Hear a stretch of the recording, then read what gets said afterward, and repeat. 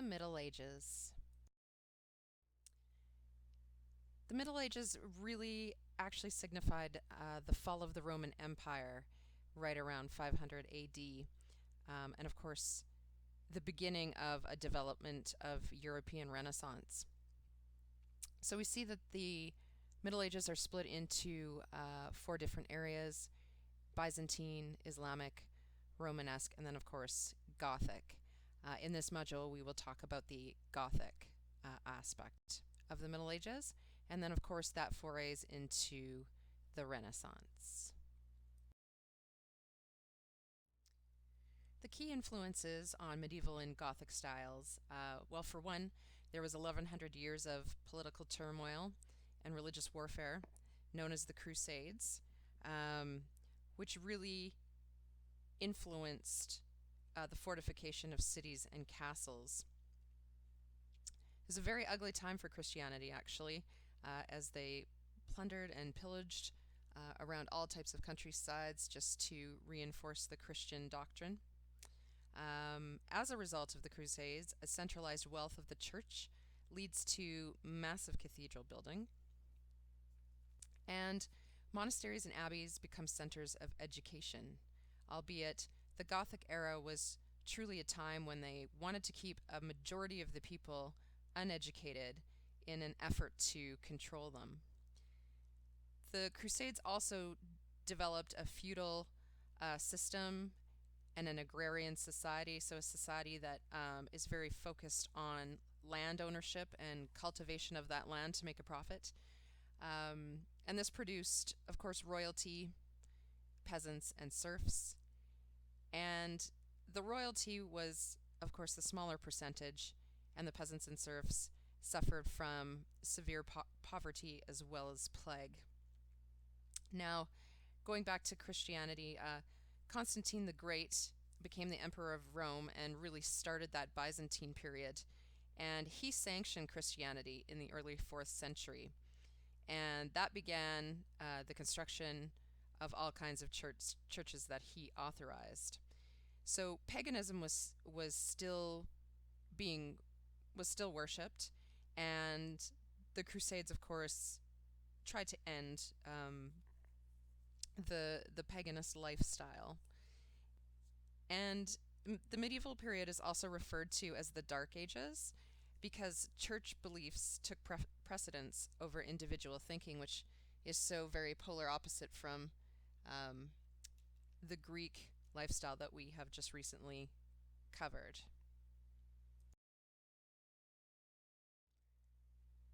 This is some of the vocabulary that we're going to cover in this module. Of course, in the image that you see there, the ruins of Holyrood Chapel, you can see some fantastic strap work on the far window that, of course, would have stained glass in it. Decoration common to the Gothic era. First and foremost, we commonly see windows with tracery. That tracery would often be made of stone or handcrafted out of stone. Strapwork carving, which could be carved out of stone or also wood. Linen fold panels were very, very popular on walls and furniture, often carved out of wood. And then the trefoil, obviously tre meaning 3, and quatrefoil, quatre meaning 4, was often seen both in windows as well as furniture. Despite the church being a major influence over this period, this decoration actually has no religious connotation, with the exception of the windows that would hold stained glass that would portray scenes from the Bible.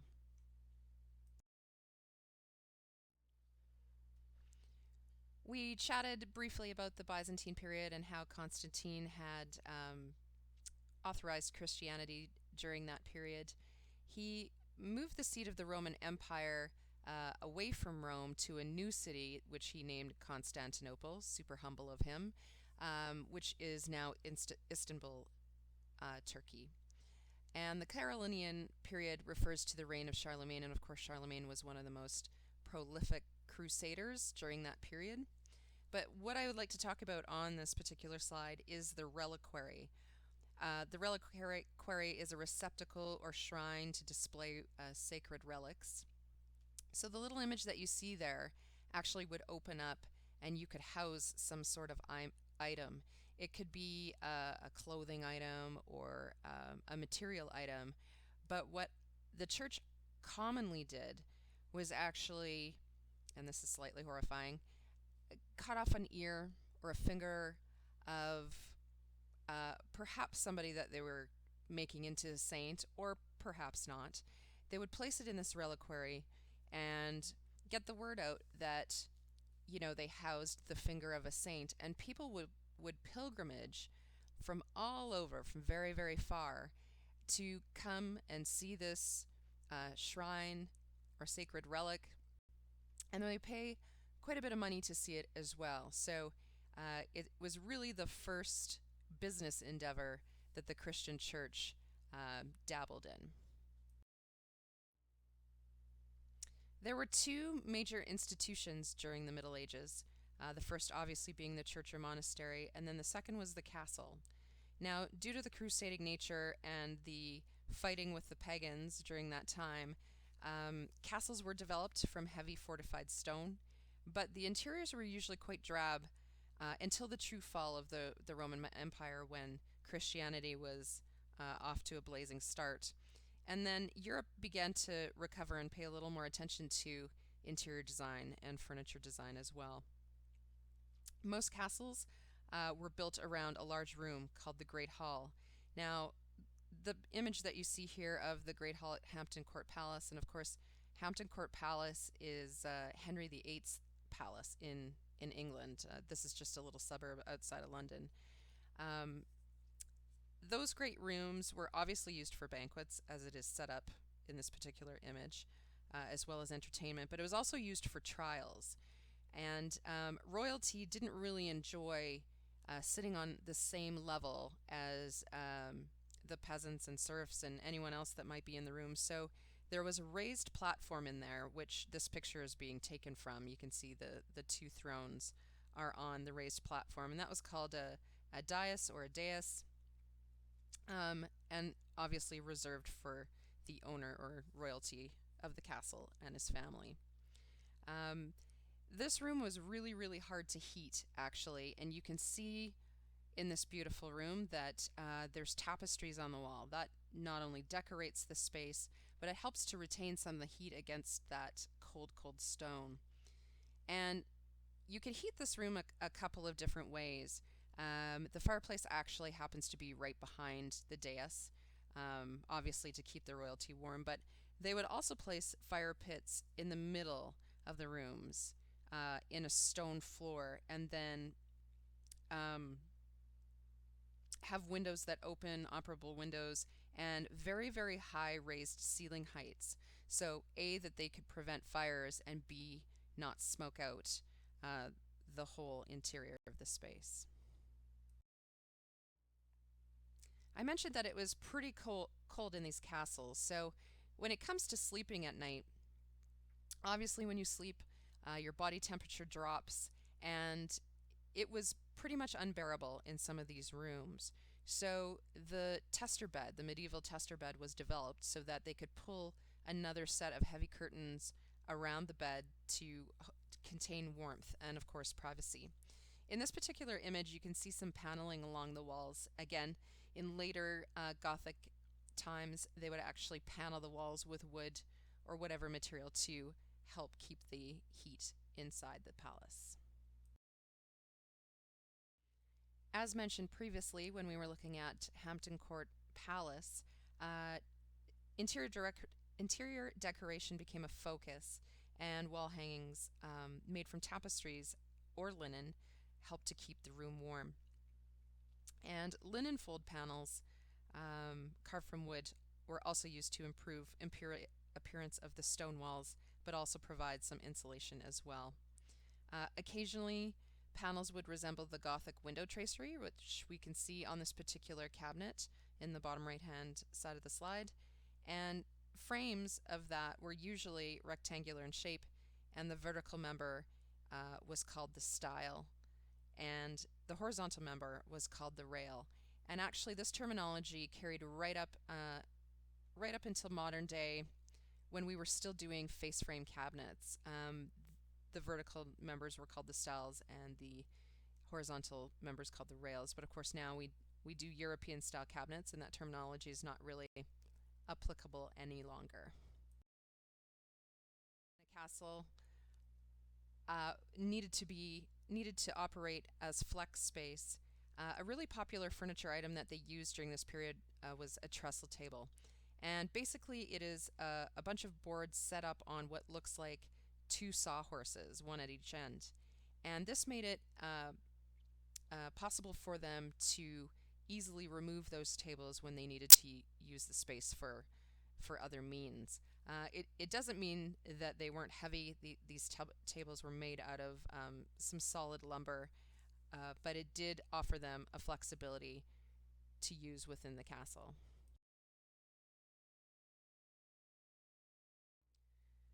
We would be remiss if we didn't chat a little bit about church interiors, considering that was a major building type during this period. After the first millennium, population started to grow, which is a result of, the Crusades stopping and them not killing everybody. And that meant more construction, and it also meant that there was a larger population that was worshiping under the Christianity umbrella. So large church compounds started to arise because, of course, they wanted to 100% abolish paganism. And so they were taking down old Roman architecture and building new churches in those spots. Of course, lucky for us, the Pantheon managed to survive because, of course, they converted that into a church. They recycled the stone that they used to build new, and Gothic-style cathedrals became the most prominent structure. Now, they needed to make them highly visible because I mentioned before, many people would pilgrimage to these churches, to show their strength in their faith. But they needed them to be highly visible because most of these people would walk. So once they reached a town, you could always see the church from any angle, which was ideal for those making the pilgrimage. Sadly, though, the townspeople, the people that actually lived there, were heavily taxed to pay for these large structures. So the average home during this time was fairly modest. Decorations in castle spaces didn't really stop at the wall treatments with tapestries and linen fold panels. It also carried over into the furniture as well. So the Gothic throne was very popular in the Great Hall, and often it would be carved of oak, a very sturdy material, so it wasn't easily stolen. Tracery was included, linen fold panels on the sides. You can see it under the armrest and on the front of the seat. And they would use storage in the seat. So all of the valuables usually ended up in the seat of that throne. And it was, of course, inspired by Gothic cathedral architecture. All of the pieces would be designed proportionately to the interior spaces. And because they had figured out technology with the flying buttresses, etc., they could build higher and bigger. So that meant that furniture pieces were bigger and also heavier. So they had the high ceilings to prevent fire, which resulted in taller pieces being used in the space. And again, we see common use of the stool so that people could carry them around with them. Certainly the peasants and the serfs could do that. They'd have to bring their own seating to church quite often. And the chest was the most important piece in the castle. It was always made of very thick material and good strength, and so that was to store the valuables as well. And you can see on the bottom right chest, actually both of the chests, that there are keyed locks. So there was a significant improvement to metallurgy during that period to help prevent items being stolen uh, due to the plundering and the pillaging that happened during that era. Box form armchairs were very popular.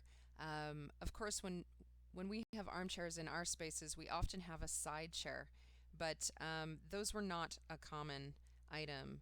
Only the armchairs would be used, and then of course people would carry their stools to saddle up to any table um, or participate in any event where they required seating. These chairs are very large form and they didn't move. Most were left in the Great Hall for the owners, similar to the throne that we saw previously. And they're characterized by a very, very straight back that could be elaborately carved, depending on the funds of the owner.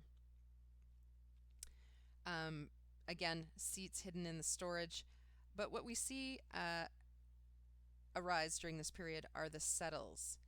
And it's actually what church pews started to become made out of. Of course, church pews have significantly lower backs so that everybody can see the priest and take in the sermon. But basically, they just widened the settle and that became, or widened the armchair and that became the settle. So again, made out of solid wood, planks and boards, a lot of use of tracery, and decorative iron straps, hinges, and corner guards. And there we can see an example of a very decorative trestle table. Why isn't there more medieval furniture? Furniture is really having a hard time over the period. The Egyptians would be buried with it.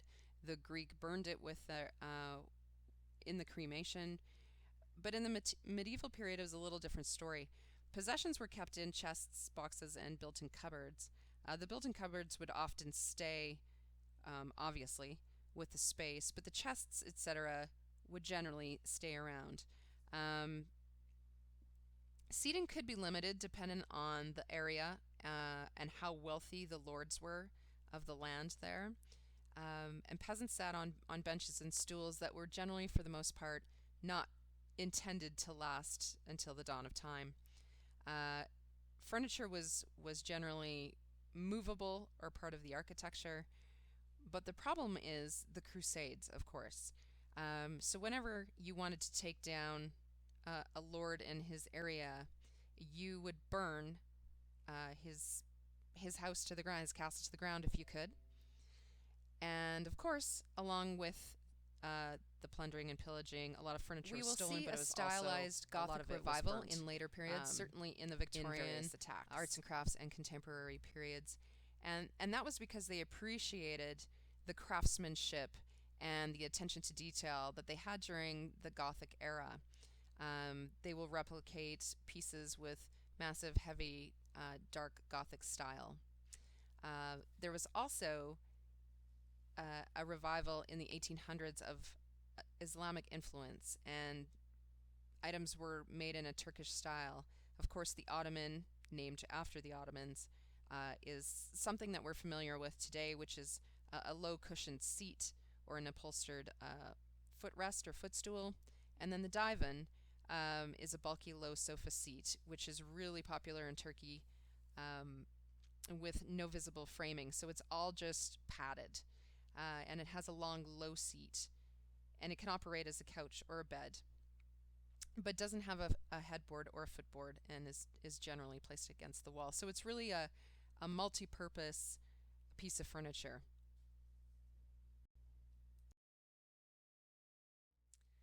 Of course, one of the most famous Gothic structures that we see there with the flying buttresses that are perpendicular, offering support as well as decoration on the exterior. We see the rosette window, which would have stained glass and depicting stories of the Bible. And then, of course, the very tall vertical emphasis on the spire on the top of the church, as well as the two front